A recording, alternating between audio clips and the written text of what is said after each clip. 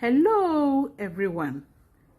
Thank you very much for taking time to join us on this first day of the premier virtual African conference on uterine fibroids titled Uterine Fibroids, the Science, the Treatment, and the Myths. I am Lisbeth Korasari, the CEO of Fibroid Foundation Africa, a charitable organization dedicated to breaking the silence and encouraging more discussions on uterine fibroids in Africa. We exist to support the countless women agonizing and bearing the ordeal of fibroids and further engage in awareness creation and educational activities as well as advocacy and research activities.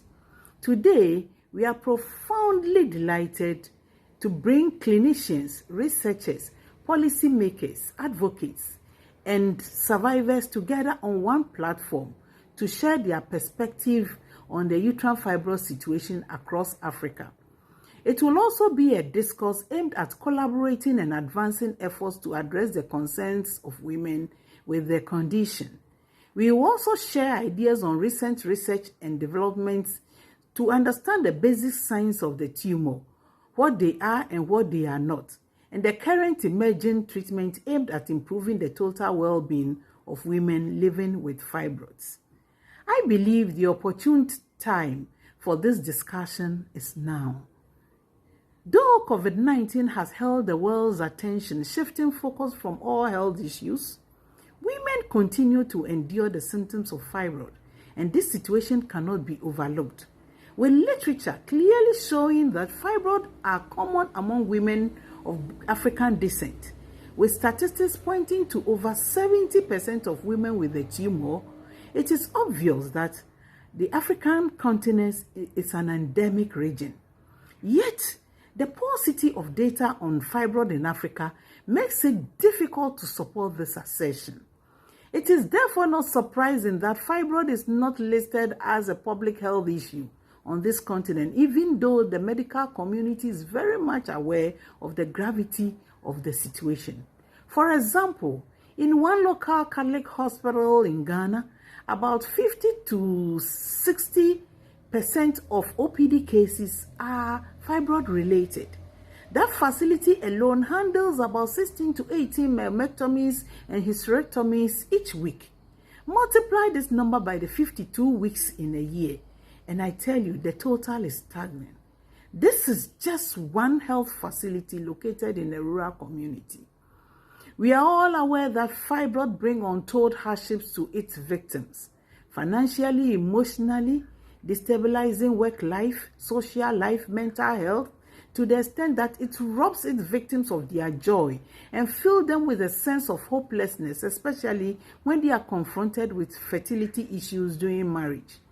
We cannot remain silent whilst our dear mothers, sisters, aunties, grandmas, especially those in unserved communities, suffer unnecessarily because of the stigma and shame associated with some of the symptoms of fibroids. As the world moves towards universal health coverage, obviously, the issue of fibroid must be tackled with some aggression to erode the inequalities in seeking treatment.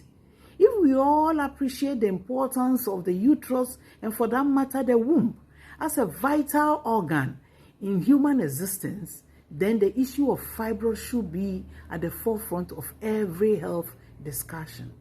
It is therefore our collective expectation that this conference will provoke a wider discussion on the issue and set the pace to discover homegrown interventions to drive a comprehensive strategy that will bring hope to women with fibroids, improve their health in terms of management of the condition, treatment, service delivery, and even support.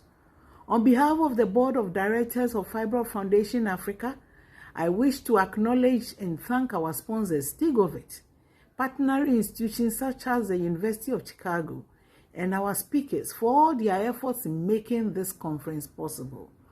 Dr. Phyllis Lippert of Campion Fund, who welcomed the idea of having this conference, and Lillian Prince of El Handi's research team. I wish to say a big thank you to you. I also say a big thank you to Sharon Clark of Campion Fund and Emily Harefield of Duke University, and our producer Taylor Price of Freedom Films. Once again, you are all welcome to this conference. Thank you. I hope you have a nice session. Thank you.